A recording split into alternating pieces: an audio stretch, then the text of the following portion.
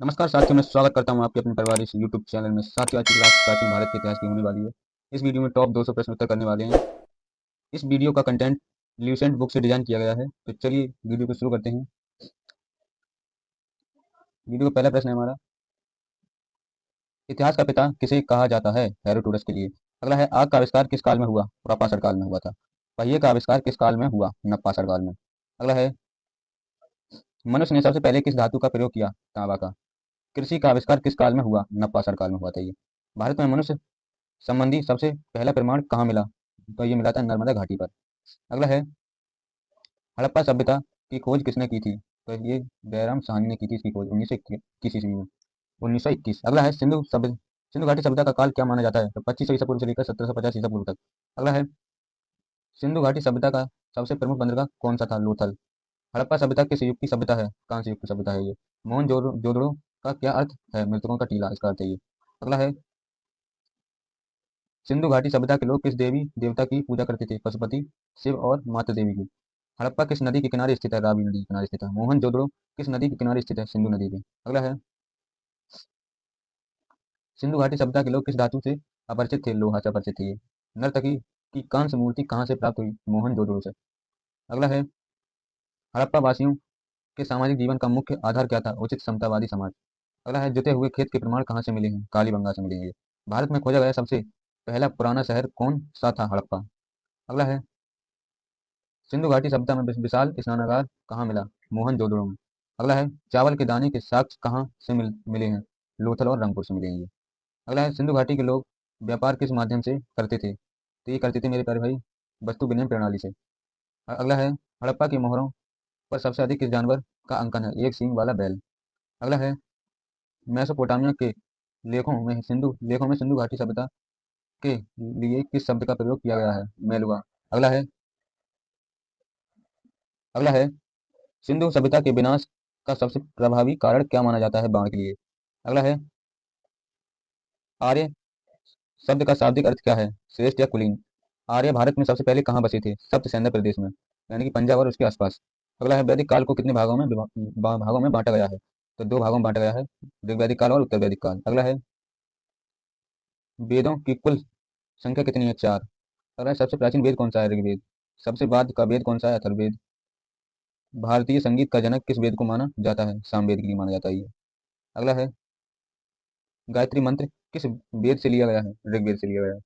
गायत्री मंत्र किसको समर्पित है? सूर्य देवता के लिए समर्पित है ये। ऋग्वेद में सबसे अधिक बार किस नदी का उल्लेख है? सिंधु नदी का। अगला है, ऋग्वेद में सबसे पवित्र नदी किसे माना गया है? सरस्वती के लिए। उत्तर वैदिक काल में किस देवता का स्थान सर्वोच्च था? प्रजापति का। अगला है, गोत्र व्यवस्था किस काल में स्थापित हुई? उत्तर वैदिक काल में। अगला है, वेदों को ठीक से समझने के लिए कितने वेदांगों की रचना की गई? 6 की। पुराणों की कुल संख्या कितनी है? 18। सबसे पुराना और प्रमाणित पुराण कौन सा है? मत्स्य पुराण। अगला है, सत्यमेव जयते कहाँ से लिया गया है? मुंडोक उपनिषद से। उपनिषदों की कुल संख्या कितनी है? 108। तमसो माँ ज्योतिगर में कहाँ से लिया गया है? तो बृहदारण्यक उपनिषद से। अगला है, आर्यों का मुख्य व्यवसाय क्या था? पशुपालन और कृषि। अगला है, ऋग्वेद में कुल कितने मंडल हैं? 10 मंडल हैं इसमें। ऋग्वेद में कुल कितने सूक्त हैं? 1028। आयुर्वेद किस वेद का उपवेद है? ऋग्वेद का। अगला है, महाभारत का पुराना नाम क्या था? जय संहिता। वैशेषिक दर्शन के प्रतिपादक कौन थे? महर्षि कणाद। अगला है, बौद्ध धर्म के संस्थापक कौन थे? गौतम बुद्ध। गौतम बुद्ध का जन्म कब और कहाँ हुआ? इनका जन्म 563 ईसा पूर्व में लुम्बिनी नेपाल में हुआ था। बौद्ध धर्म में महाविनिष्क्रमण किसे कहा गया है? बुद्ध द्वारा गृह त्याग की घटना के लिए। अगला है, गौतम बुद्ध को ज्ञान की प्राप्ति कहाँ हुई थी? तब बोध गया में। ये निरंजना नदी के तट पर है ये। गौतम बुद्ध ने अपना पहला उपदेश कहाँ दिया? सारनाथ में। बुद्ध द्वारा दी गई प्रथम उपदेश को क्या कहा जाता है? धर्मचक्र प्रवर्तन। अगला है, बौद्ध धर्म के रत्न कौन से हैं? बुद्ध, धम्म, संघ। आर्य सत्य कितने हैं? 4। अष्टांगिक मार्ग का संबंध किस धर्म से है? बौद्ध धर्म से। अगला है, बौद्ध धर्म के अनुयायी कितने वर्गों में विभाजित थे? 2 वर्गों में, भिक्षुक और उपासक। जातक कथाएं किस धर्म से संबंधित हैं? बौद्ध धर्म से। ये बुद्ध के पूर्व जन्म की कहानियां हैं इसमें। जैन धर्म के संस्थापक एवं प्रथम तीर्थकर कौन थे? ऋषभदेव। अगला है, जैन धर्म के 24वें और अंतिम तीर्थकर कौन थे? महावीर स्वामी। महावीर स्वामी का जन्म कहाँ हुआ था? तो कुंडग्राम में हुआ था, ये वैशाली में। महावीर स्वामी ने अपना उपदेश किस भाषा में दिया था? प्राकृत भाषा में, यानी कि अर्ध मगधी। अगला है, जैन धर्म के त्रिरत्न कौन से हैं? सम्यक दर्शन, सम्यक ज्ञान, सम्यक चरित्र।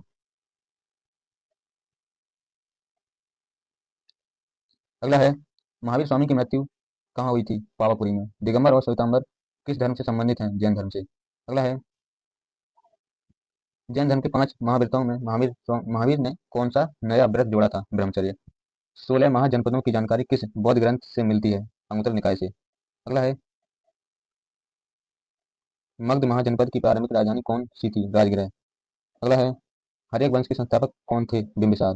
पाटलिपुत्र नगर की स्थापना किसने की थी? उदयन। अगला है, सिकंदर कहाँ का शासक था? मकदूनिया का था ये।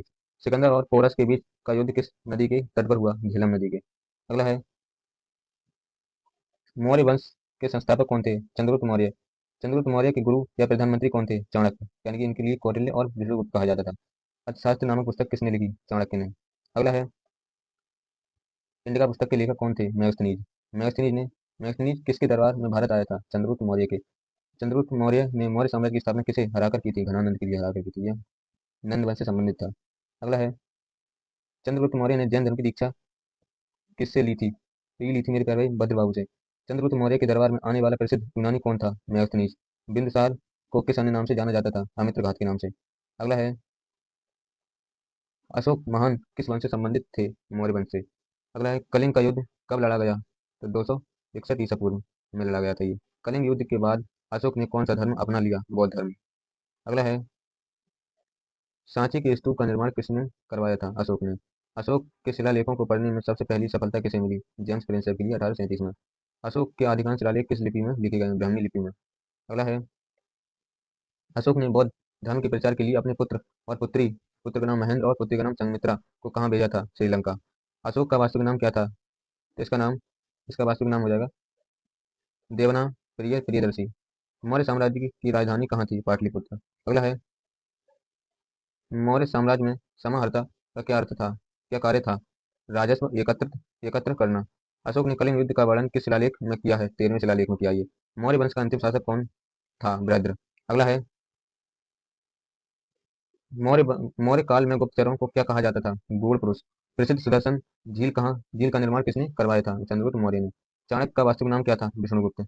अगला है, अशोक द्वारा नियुक्त धम्म महामात्र का क्या कार्य था? बौद्ध धर्म का प्रचार करना और लोगों को नैतिक जीवन शिक्षा देना। अगला है, अगला है, मौर्य वंश के पतन के बाद शुंग वंश की स्थापना किसने की?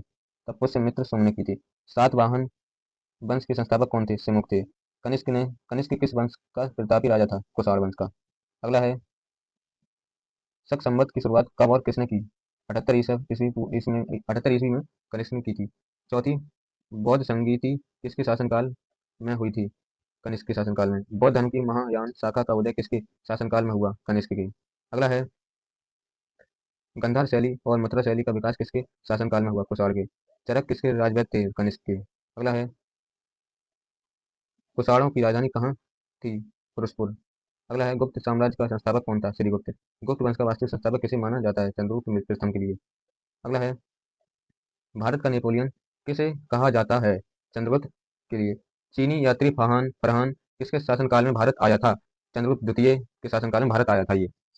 अगला प्रश्न है हमारा, गुप्त शासक ने विक्रमादित्य की उपाधि धारण की? चंद्रगुप्त द्वितीय ने।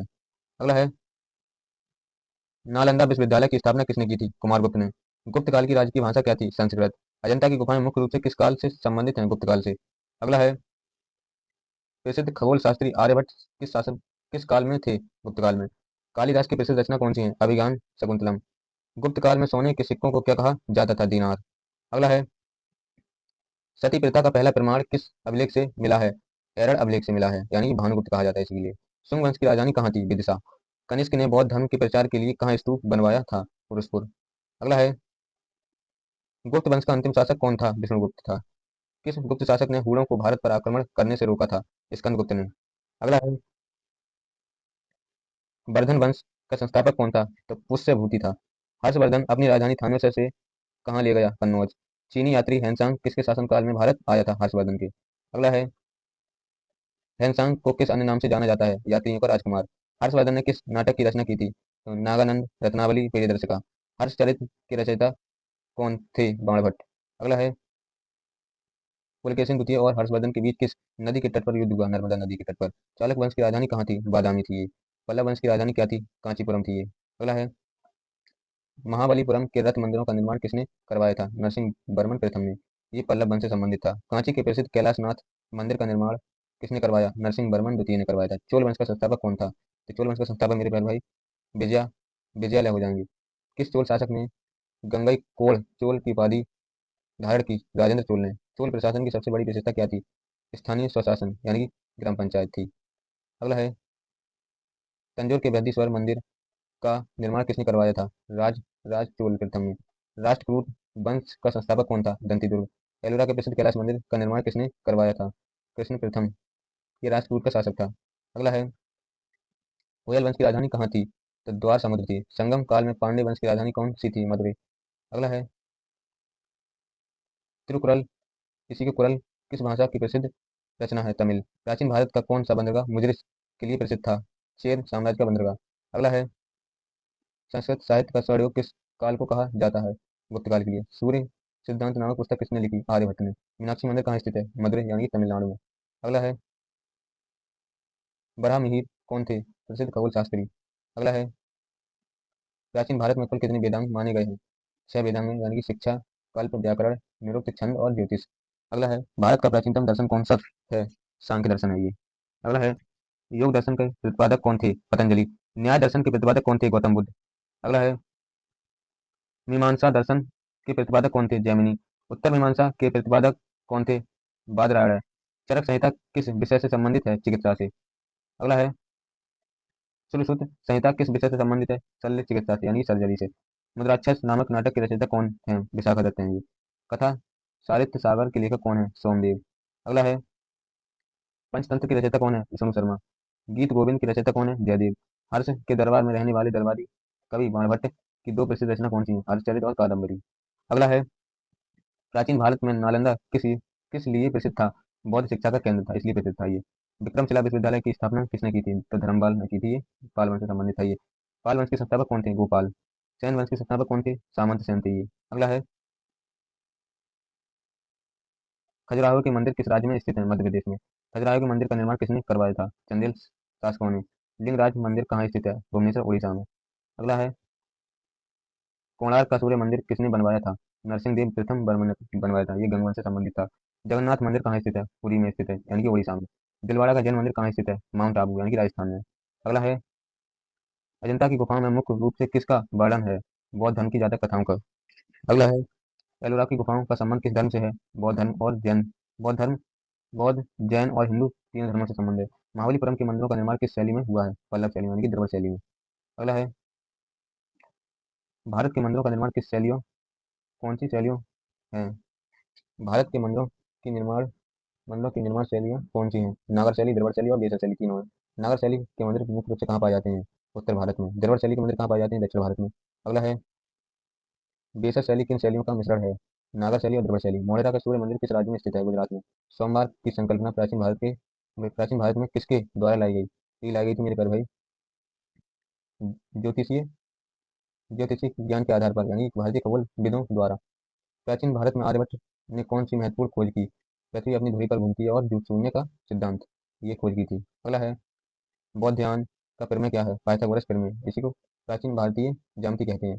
प्राचीन भारत में शक संवत और विक्रम संवत में कितने वर्ष का अंतर है? 135 वर्ष का। जैन धर्म की प्रथा प्रथम संगीति कहाँ आयोजित हुई? पाटलिपुत्र में।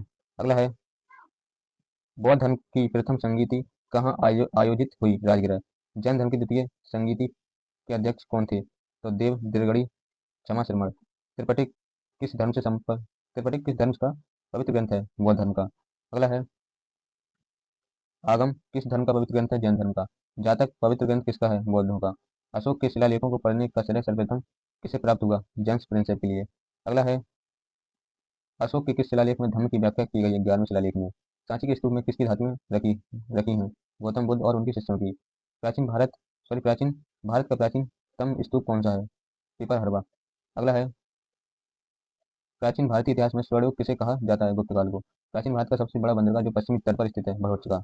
अगला है संगम युग यानी कि इलियाम किसे कहा जाता था? प्रेम विवाह से संबंधित कविताएं यानी कि संगम साहित्य में। अगला है अभिज्ञान शकुंतलम का अंग्रेजी अनुवाद किसने किया था? सर विलियम जोन्स ने। प्रसिद्ध चीनी यात्री सुंग युन भारत कब आया था? तो 518 ईस्वी में आया था। ये लास्ट प्रश्न था इस वीडियो का। और वीडियो पसंद आई तो वीडियो को फीडबैक कमेंट में जरूर बताएं। थैंक यू, धन्यवाद। चैनल पर आप अगर पहली बार आए हुए हैं तो चैनल को सब्सक्राइब जरूर कर लीजिए। Thank you.